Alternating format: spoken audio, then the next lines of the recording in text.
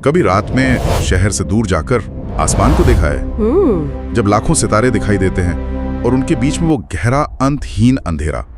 ये एक अजीब बात है। अगर आप कभी रुककर सोचें तो हमारे ब्रह्मांड में खरबों आकाशगंगाएं हैं और हर आकाशगंगा में अरबों खरबों सितारे। तो फिर आसमान में अंधेरा क्यों है? हमारी नजर जिस भी दिशा में जाए उसे किसी न किसी सितारे पर जाकर खत्म होना चाहिए। पूरे आसमान को सूरज की सतह की तरह धधकना चाहिए, लेकिन ऐसा होता नहीं है। चलिए आज इसी पहेली की गहराई में उतरते हैं। यह सिर्फ एक मामूली सवाल नहीं है, बल्कि यह ब्रह्मांड विज्ञान के सबसे पुराने रहस्यों में से एक है। एक विरोधाभास जिसे 19वीं सदी के जर्मन खगोल शास्त्री हेनरिक ऑल्बर्स के नाम पर ऑल्बर्स पैराडॉक्स कहा गया। हालांकि उनसे पहले भी कई लोगों ने इस पे सोचा था। यह पहेली इतनी बड़ी थी कि वैज्ञानिकों को लगा कि जरूर कोई बड़ी गड़बड़ है। या तो हम सितारों को नहीं समझ रहे हैं, या पूरे ब्रह्मांड को, या फिर हकीकत ही कुछ और। आज की हमारी खोज का मिशन है इस रहस्य के उस खूबसूरत और सच कहूं तो चौंकाने वाले जवाब को समझना जो विज्ञान ने हमें दिया है। और ये जवाब सिर्फ एक तथ्य नहीं है, ये हमारे ब्रह्मांड की कहानी है। ये हमें ये नहीं बताता कि आसमान में क्या है, बल्कि ये समझाता है कि हमारा ब्रह्मांड क्या है, इसकी प्रकृति, इसका अतीत और इसका भविष्य।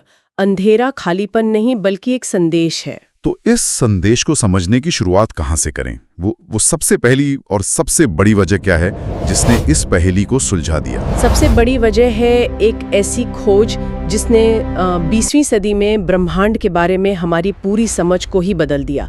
वो ये कि ब्रह्मांड स्थिर नहीं है, यह लगातार फैल रहा है। हर आकाशगंगा दूसरी आकाशगंगा से दूर जा रही है। ठीक है, ब्रह्मांड फैल रहा है, लेकिन इसका आसमान के अंधेरे से क्या लेना देना है? सितारे तो अब भी अपनी रोशनी भेज रहे हैं ना? हाँ, बिल्कुल भेज रहे हैं। लेकिन आप ऐसे सोचिए कि वो रोशनी जिस रास्ते पर चल रही है ना, वो रास्ता ही लंबा हो रहा है। बिल्कुल, वो रास्ता खुद ही खिंच रहा है, लंबा होता जा रहा है। इसे समझने के लिए एक बढ़िया उदाहरण है। सोचिए एक एम्बुलेंस का सायरन जब आपकी तरफ आता है तो उसकी आवाज तेज और तीखी सुनाई देती है, और जब वो दूर जाता है तो आवाज गहरी हो जाती है। हाँ, इसे डॉपलर इफेक्ट कहते हैं। प्रकाश के साथ भी ठीक वैसा ही होता है। जब कोई सितारा या आकाशगंगा हमसे बहुत तेजी से दूर जाती है तो उससे आने वाली प्रकाश की तरंगें भी खिंच जाती हैं। ये खिंचाव उस प्रकाश की ऊर्जा को कम कर देता है। सही कहा, उसकी ऊर्जा को कम कर देता है। हमारी आंखों को जो रोशनी दिखाई देती है वो जब खिंचती है तो पहले लाल रंग की तरफ जाती है, इसीलिए इसे रेड शिफ्ट कहते हैं। और अगर खिंचाव बहुत ज्यादा हो तो वो दृश्य प्रकाश के दायरे से ही बाहर निकल जाती है। मतलब रोशनी गायब नहीं हुई, बस उसका रूप बदल गया। बिल्कुल, वो दृश्य प्रकाश से खिंचकर पहले इंफ्रारेड, फिर माइक्रोवेव और फिर रेडियो तरंगों में बदल जाती है। ये सब प्रकाश के ही रूप हैं, लेकिन हमारी आंखें इन्हें नहीं देख सकती। तो जब हम रात के आसमान के किसी अंधेरे हिस्से को देख रहे होते हैं तो हम असल में खालीपन नहीं देख रहे होते, हम उस रोशनी को महसूस कर रहे होते हैं जो हमारी देखने की क्षमता से परे खिंच गई है। ये सोचना ही कमाल का है कि अंधेरा असल में उन सितारों की रोशनी से भरा है जो अदृश्य हो चुकी है। लेकिन मुझे लगता है ये कहानी का सिर्फ एक हिस्सा है। अगर ब्रह्मांड फैल रहा है तो इसका मतलब ये भी है कि अतीत में ये छोटा रहा होगा। इसका मतलब इसकी एक शुरुआत थी। आपने बिल्कुल सही नस पकड़ी है। ये दूसरा सबसे महत्वपूर्ण कारण है। हमारा ब्रह्मांड हमेशा से नहीं था। इसकी एक उम्र है जो हम जानते हैं कि लगभग 13.8 अरब साल है। और अगर इसकी एक उम्र है तो इसका मतलब हुआ कि प्रकाश को हम तक पहुंचने के लिए एक सीमित समय ही मिला है। सही बात है, प्रकाश की गति बहुत तेज है लेकिन अनंत नहीं। इसका मतलब ये है कि हम केवल उन्हीं सितारों और आकाशगंगाओं को देख सकते हैं जिनकी रोशनी को 13.8 अरब साल या उससे कम समय में हम तक पहुंचने का मौका मिला हो। 13.8 अरब प्रकाश वर्ष से ज्यादा दूर जो भी सितारे हैं उनकी रोशनी अभी भी रास्ते में है, वो हम तक पहुंची ही नहीं है। ये तो बहुत गहरा विचार है। मतलब वो सितारे वहां हैं, चमक रहे हैं, लेकिन उनकी रोशनी का सफर अभी जारी है। हाँ, स्रोत में एक बहुत ही खूबसूरत पंक्ति है जो इस एहसास को पकड़ती है। रात का अंधेरा उन सितारों से भरा है जिनसे हमारी मुलाकात अभी होनी बाकी है। इस नजरिए से देखें तो आसमान अधूरा है, एक ऐसी तस्वीर जो अरबों सालों से बन रही है और अभी भी पूरी नहीं हुई है। हम एक ब्रह्मांडीय कलाकृति को उसके बनने की प्रक्रिया के बीच में देख रहे हैं। अधूरा, ये सोचने का एक बिल्कुल नया तरीका है। तो ब्रह्मांड का विस्तार और उसकी उम्र, ये तो हुए बड़े कॉस्मिक कारण, लेकिन क्या हमारे आसपास सितारों के बीच की उस जगह में भी कुछ ऐसा है जो रोशनी को रोक रहा हो? क्या वो जगह वाकई खाली है? ये एक बेहतरीन सवाल है। हमारी आम धारणा यही है कि अंतरिक्ष खाली है, एक वैक्यूम, लेकिन ये सच नहीं है। सितारों और आकाशगंगाओं के बीच की जगह में गैस और धूल के विशाल बादल तैर रहे हैं। इसे इंटरस्टेलर मीडियम कहते हैं। ये धूल के कण बहुत छोटे होते हैं, मतलब सिगरेट के धुएं के कणों जितने, लेकिन इनकी मात्रा बहुत विशाल है। और ये धूल एक तरह के पर्दे का काम करती होगी, है ना? एक कोहरे की तरह। बिल्कुल।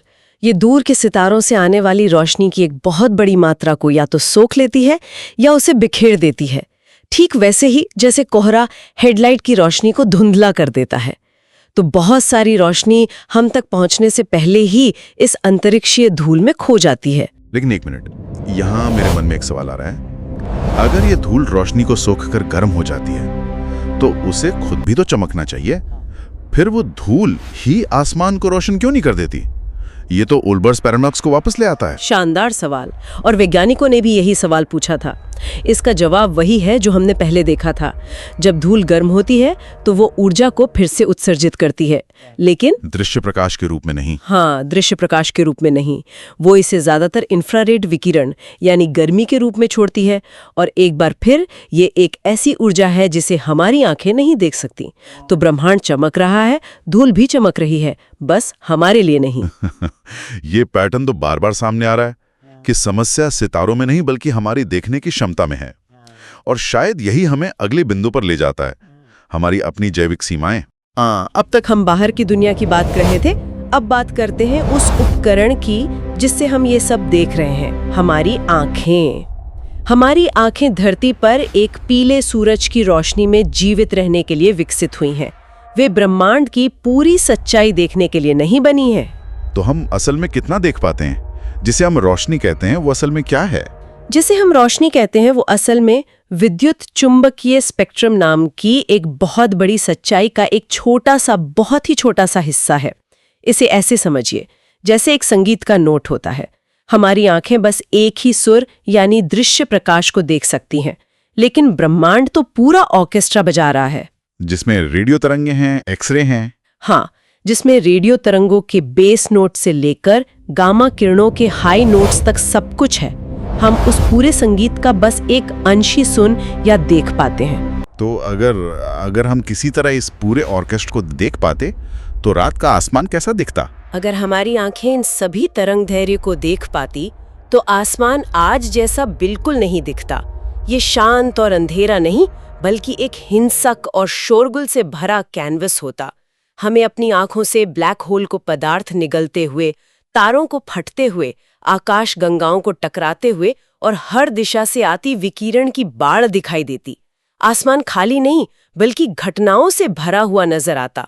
इस लिहाज से अंधेरा हकीकत नहीं है, ये हमारी शारीरिक सीमाओं का परिणाम है। ठीक है, तो अब तक हमने 4 बड़े कारणों को समझ लिया है। ब्रह्मांड फैल रहा है जिससे रोशनी खिंचकर अदृश्य हो जाती है। ब्रह्मांड की एक उम्र है, इसलिए दूर के सितारों की रोशनी अभी हम तक पहुंची नहीं है। बीच की धूल रोशनी को सोखकर छिपा देती है और हमारी आंखें वैसे भी ज्यादातर रोशनी देख ही नहीं सकती। ऐसा लगता है कि पहली सुलझ गई है, या फिर अभी भी कोई टुकड़ा बाकी है। एक आखिरी और शायद सबसे गहरा टुकड़ा बाकी है, और वो है ब्रह्मांड का ढांचा। ओल्बर्स पैराडॉक्स की एक बुनियादी धारणा ये थी कि सितारे ब्रह्मांड में समान रूप से फैले हुए हैं, जैसे एक जंगल में पेड़, लेकिन ऐसा नहीं है। तो फिर वो कैसे फैले? पदार्थ गुच्छों में मौजूद है। गुरुत्वाकर्षण ने अरबों सालों में पदार्थ को एक साथ खींचा है। सितारे मिलकर आकाशगंगाएं बनाते हैं, आकाशगंगाएं मिलकर क्लस्टर बनाती हैं, और ये क्लस्टर मिलकर सुपर क्लस्टर बनाते हैं जो धागे जैसी विशाल संरचनाओं में फैले हैं, जिन्हें फिलामेंट्स कहते हैं। अगर आप बहुत दूर से ब्रह्मांड को देखें तो ये एक समान कंबल जैसा नहीं बल्कि एक विशाल मकड़ी के जाले जैसा दिखेगा। एक मकड़ी का जाला, और इस जाले के धागों के बीच में क्या है? बहुत बड़ा खालीपन इन फिलामेंट्स के बीच में। अरबों प्रकाश वर्ष में फैले विशाल खाली क्षेत्र हैं जिन्हें कॉस्मिक वॉइड्स कहते हैं। इन जगहों पर लगभग कुछ भी नहीं है, न सितारे न आकाशगंगाएं। जब हम रात में आसमान को देखते हैं तो हमारी नज़र ज्यादातर आकाशगंगाओं के इन चमकीले धागों पर नहीं बल्कि उनके बीच के इन विशाल खाली क्षेत्रों पर पड़ती है। हम असल में उस जाले के खाली हिस्सों को देख रहे होते हैं। तो अब सारे टुकड़े मेज पर हैं। चलिए इन सबको एक साथ जोड़कर देखते हैं। आसमान में अंधेरा है क्योंकि जिन सितारों को हम देख सकते थे उनकी रोशनी ब्रह्मांड के विस्तार ने हमसे छीन ली। जिन सितारों की रोशनी नहीं छीनी गई उनमें से कई इतने दूर हैं कि उनकी रोशनी का सफर ही अभी पूरा नहीं हुआ। जो रोशनी रास्ते में है उसका एक बड़ा हिस्सा धूल के बादलों ने रोक लिया और जो कुछ बचा उसका ज्यादातर हिस्सा देखने की हमारी क्षमता ही नहीं है। और इन सबके ऊपर हम ज्यादातर उस दिशा में देख रहे हैं जहां कुछ है ही नहीं। बिल्कुल। और जब हम इन सभी कारणों को एक साथ रखते हैं तो रात का अंधेरा एक रहस्य नहीं रहता है, ये एक संदेश बन जाता है, एक गहरा संदेश।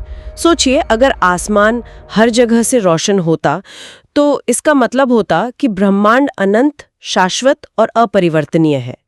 एक स्थिर उबाऊ जगह जिसका न कोई अतीत था न कोई भविष्य। लेकिन अंधेरा हमें कुछ और बताता है। अंधेरा हमें बताता है कि हमारे ब्रह्मांड की एक शुरुआत थी। ये बताता है कि ये आज भी बदल रहा है, फैल रहा है। ये हमें इसकी विशाल संरचना और इसके भीतर के खालीपन का एहसास कराता है। ये हमें हमारी अपनी सीमाओं की याद दिलाता है। रात का अंधेरा असल में ब्रह्मांड की आत्मकथा है जो मौन में लिखी गई है। ये वाकई सोचने का एक खूबसूरत नजरिया है। जब हम सितारों के बीच के उस अंधेरे को घूरते हैं तो हम शून्य को नहीं देख रहे होते हैं, हम उस समय को देख रहे होते हैं जो अभी हम तक नहीं पहुंचा है। हम उस ऊर्जा को महसूस कर रहे होते हैं जिसे हमारी आंखें नहीं देख सकती, और हम उन दूरियों को महसूस कर रहे होते हैं जो इतनी विशाल हैं कि उनके सामने हकीकत खुद शांत हो जाती है। ब्रह्मांड खाली नहीं है, यह धैर्यवान है। और यह हम एक अंतिम विचार के साथ छोड़ जाता है। आज हम जिस अंधेरे को देख रहे हैं हो सकता है कि अरबों साल बाद वे उन सितारों की रोशनी से भर जाए जिनका सफर अभी जारी है। शायद भविष्य की सभ्यताएं एक ऐसा आसमान देखेंगी जो आज से कहीं ज्यादा रोशन होगा। तो सवाल ये उठता है कि क्या ब्रह्मांड का अंधेरा हमेशा के लिए है या ये सिर्फ एक अस्थायी अवस्था है, हमारे समय की, हमारे नजरिए की एक तस्वीर? इसका जवाब शायद भविष्य के आसमान में ही लिखा है।